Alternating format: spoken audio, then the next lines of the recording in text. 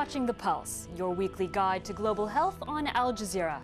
I'm Shireen El-Feki. One of Africa's most common diseases is also one that gets little attention on the world stage.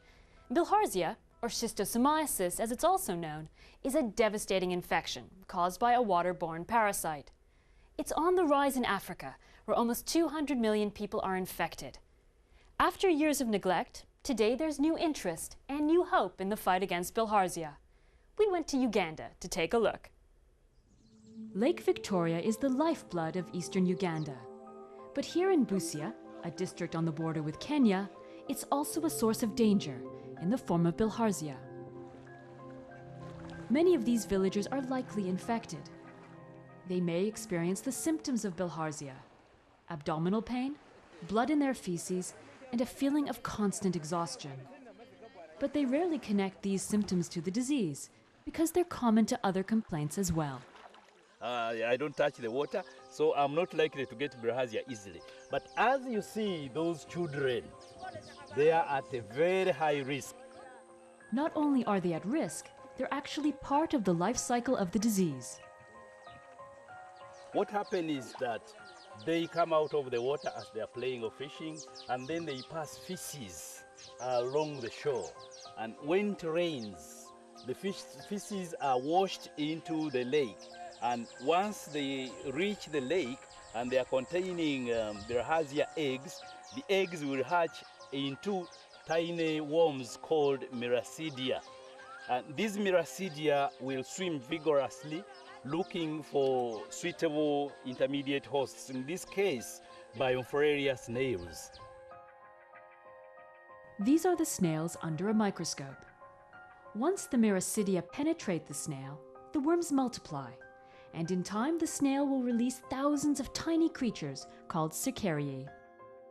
When children come into such water or such habitat where the cercariae have been released into the water, they will penetrate these children through their skin and get into the blood system. The cercariae then mature into adult worms, which lodge in the major blood vessels in the intestine.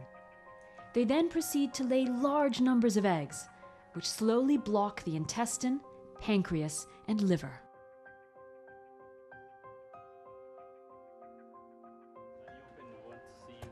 Uganda is trying to bring bilharzia under control. And so Francis Kazibwe and his crew are heading out into the field to test and treat the infection. This is Bwania School in Busia district. On each school visit, the team selects 60 boys and girls at random to test for bilharzia. Although they're traveling light, the team will be able to test and treat in a single day. Sarah's family depends on the lake for their livelihood. She's one of the ones chosen for testing. Each child is asked about their health, and a questionnaire is filled out. Group photographs are used for identification and treatment records. The children are weighed and measured. Bilharzia stunts growth, so those on the small side may be infected. The nurse feels Sarah's liver to see whether it is enlarged, another sign of bilharzia. The nurse thinks she feels some swelling. The ultrasound machine allows the radiographer to check for fibrosis or scarring and to get a clearer picture of the enlargement of Sarah's liver. Each child provides a sample of urine and stool wrapped in a small piece of plastic film. It's cheap and hygienic. From the samples, technicians count the schistosome eggs on a slide. Between 100 and 400 eggs per gram means a moderate infection. Over 400 is serious. Bilharzia is treated with a drug called praziquantel. It's effective and also cheap. Over the past 2 decades, the price has fallen to just pennies per dose. Easy dosing, according to patient's height, means that local health teams and specially trained school teachers can dispense the drugs on their own.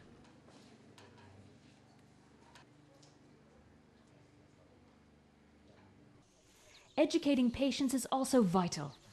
Sarah now understands how the disease is caught and how the tablets just kill the worms already in her body. Better hygiene is crucial to stopping the spread of the disease.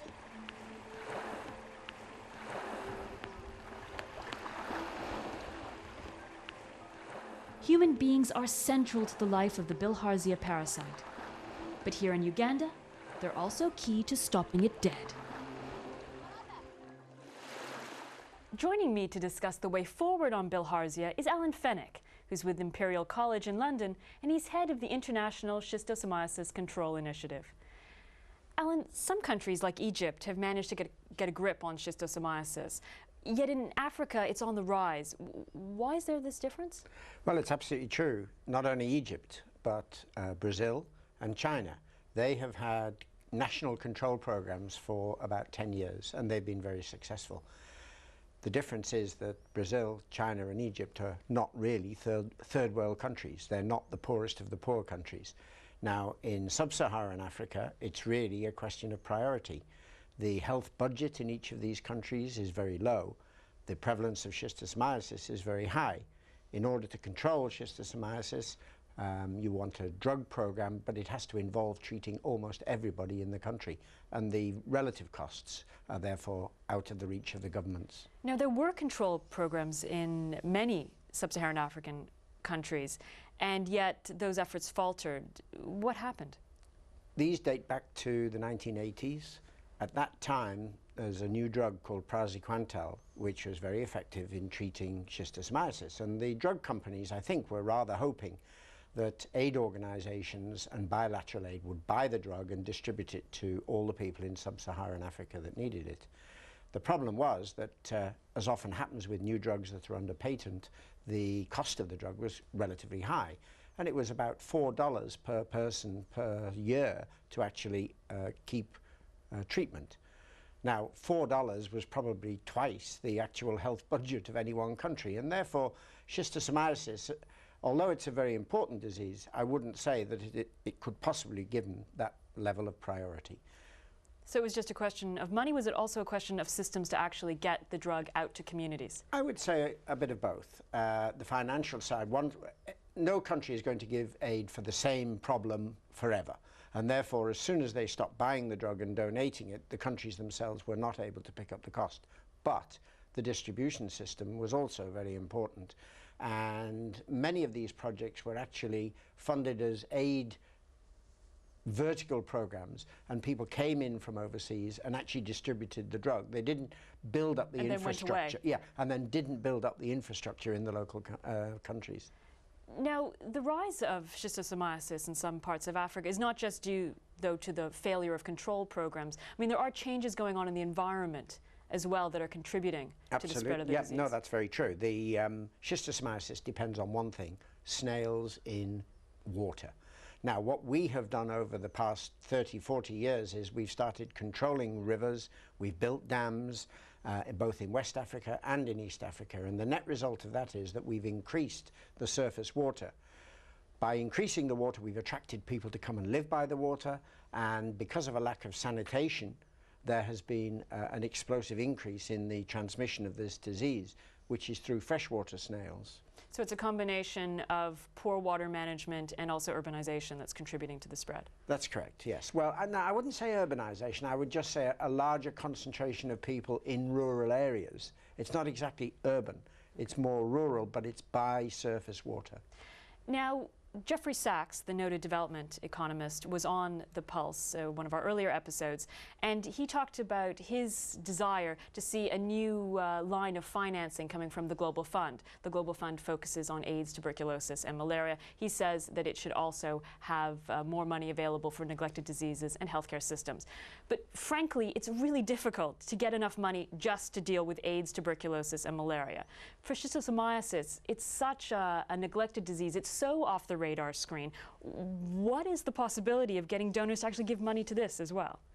Well, that's in a way why we want to go through the Global Fund, because the donors are attracted by the sexy diseases, if you like, the emotive ones, the ones that cause immediate death, the ones that really hit people hard, and also, it has to be said, in sub-Saharan Africa, the ones that actually could involve politicians and policymakers. They're not going to get schistosomiasis. They're not going to get the other neglected tropical diseases. The point, though, and I don't know whether Jeffrey Sachs made this point, is that the cost of treating the neglected tropical diseases is in the area of about 50 cents per person per year. To treat anybody who's got AIDS is $600 a year.